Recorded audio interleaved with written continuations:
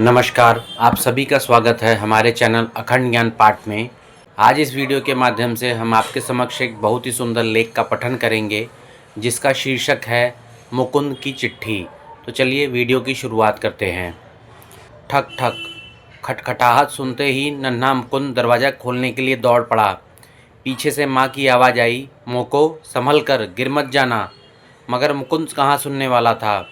उसका सारा ध्यान तो डाकिया काका की उस पोटली पर टिका था, जिसके अंदर चिट्ठियों का खजाना छिपा होता है। काका, आज आप किसके लिए चिट्ठी लाए हो? आतुरता से फुदकते मुकुंद ने डाकिये से पूछा। उसने अपनी पोटली को टटोला, एक एक कर चिट्ठियाँ निकाली। बेटा, यह अपने पिताजी को देना, यह अपनी माँ को, और यह अनंत को। पल भर में मुकुंद की उत्सुकता का गुब्बारा फुस्स हो गया। और मेरे लिए? आप मेरे लिए कोई चिट्ठी नहीं लाए? डाकिया काका मुस्कुराए और बोले, अरे मोको, तू उदास मत हो। जब तेरा कोई दोस्त तुझे खत लिखेगा, तब मैं सबसे पहले तुझे ला कर दूंगा। दरअसल उस सप्ताह जाने क्या हुआ, घर में सभी के लिए कहीं न कहीं से खत आ रहा था। किसी दूर के रिश्तेदार से, तो कभी किसी मित्र से। इससे मुकुंद के मन में कुलबुलाहट बढ़ने लगी थी। क्या पता अगली बार जब डाकिया काका आएँ तो उनकी पोटली में एक चिट्ठी मेरे नाम की भी हो। पर इस बार भी खत नहीं आया, तो मुंह फुलाए मुकुंद सीधे अपनी माँ की ओर भागा। माँ को उनका खत थमाकर चुपचाप उनकी गोद से लिपट गया। शिकायती स्वर में ठिनकने लगा, देखो ना माँ, डाकिया काका आप सबके लिए खत लाते हैं, बस मेरे लिए ही नहीं लाते। माँ मुस्कुराई और मुकुंद को प्यार से दुलारते हुए बोली, बस इतनी सी बात? जब मेरा मोको बड़ा होगा तो उसे ढेरों खत मिलेंगे, इतने कि उनको पढ़ते पढ़ते मोको थक जाएगा। माँ की बात सुनते ही मुकुंद की आंखों में चमक लौट आई। पर वहीं कोने में खड़ा अनंत व्यंग भरे अंदाज में बोला, क्यों इसे झूठे सपने दिखा रही हो माँ? सुन मोको, दोस्त भेजते हैं खत एक दूजे को, और तेरे जैसे बंदर को खत लिखना तो दूर, कौन अपना दोस्त बनाएगा। अनंत ने आग में घी डालकर रही सही कसर भी पूरी कर दी। अपनी निराशा कंधों पर लादे गुस्से में पैर पटकते हुए मुकुंद छत की तरफ भाग गया। चिढ़ रहा था, तभी मानो उसके दिमाग की बत्ती जल गई। अरे हाँ, मेरे बेस्ट फ्रेंड तो भगवान जी है ना, क्यों न उन्हीं से मैं खत लिखने को कहूँ।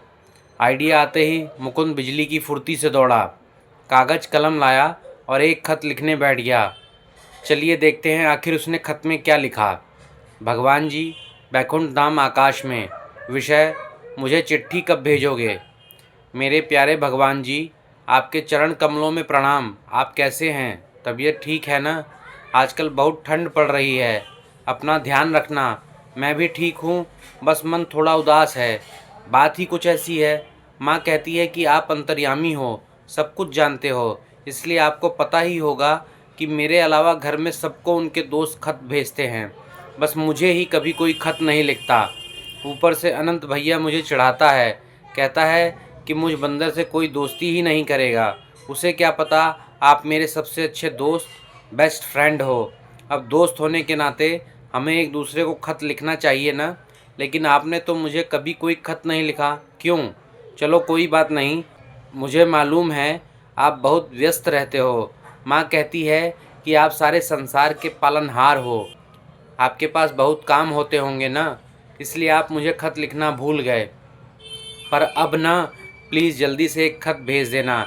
ज़्यादा बड़ा नहीं चाहिए, छोटा सा भी चलेगा, बस उसमें मेरा नाम ज़रूर लिख देना। मुझे भैया को दिखाना है कि मेरा भी एक दोस्त है जो मुझे खत लिखता है। आपको याद रहेगा ना? भूलना मत, मैं हर रोज़ इंतज़ार करूँगा। आपके खत के इंतज़ार में, आपका दोस्त मुकुंद। मुकुंद ने चिट्ठी लिफाफे में डाली, फिर प्यार से उस पर लिखा, भगवान जी, बैकुंठ धाम। पिताजी के संग उसे लेटर बॉक्स में डाल आया। अगले दिन बड़ी उम्मीद के साथ स्कूल से लौटा, लेकिन जब कोई खत नहीं मिला तो उसका मन भारी हो गया। माँ ने उसे समझाया, मोको, तेरा खत अभी पहुँचा ही कहाँ होगा, बैकुंठ बहुत दूर है बेटा। पहले तेरा खत वहाँ जाएगा, फिर जवाब आएगा। इन सब में कुछ दिन तो लगेंगे ही, इसलिए थोड़ा सब्र रख।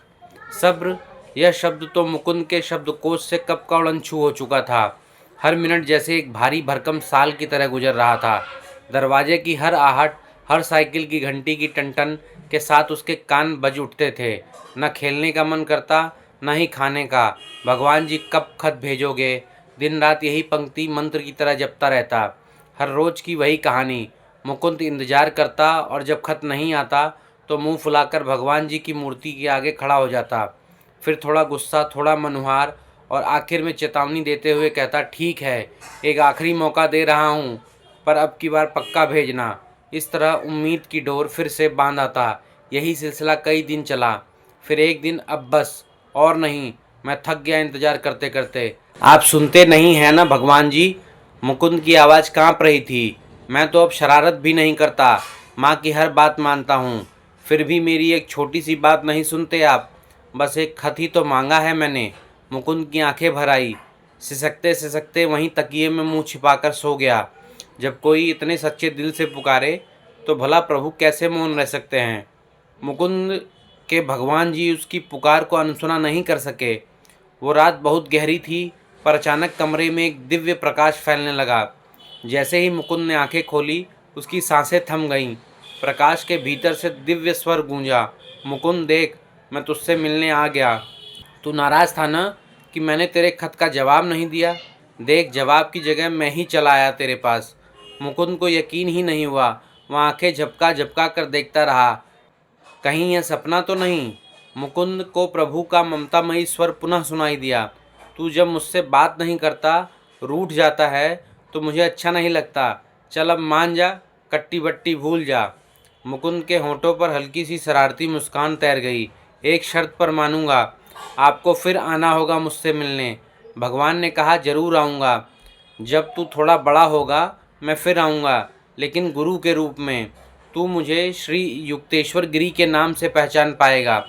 तब मैं तुझे वो दिव्य ज्ञान दूंगा जिससे तू जब चाहे मुझसे बात कर सकेगा। फिर तुझे किसी खत या डाकिए की प्रतीक्षा नहीं करनी पड़ेगी। मुकुंद की आंखें चमक उठी। सच्ची भगवान जी? बिल्कुल सच्ची। बस तब तक मेरा इंतज़ार करना। इतना कहकर प्रभु का दिव्य प्रकाश रूप विलीन हो गया। यदि यह वीडियो आपको पसंद आई हो तो वीडियो को लाइक करें, शेयर करें और चैनल को सब्सक्राइब करें। धन्यवाद।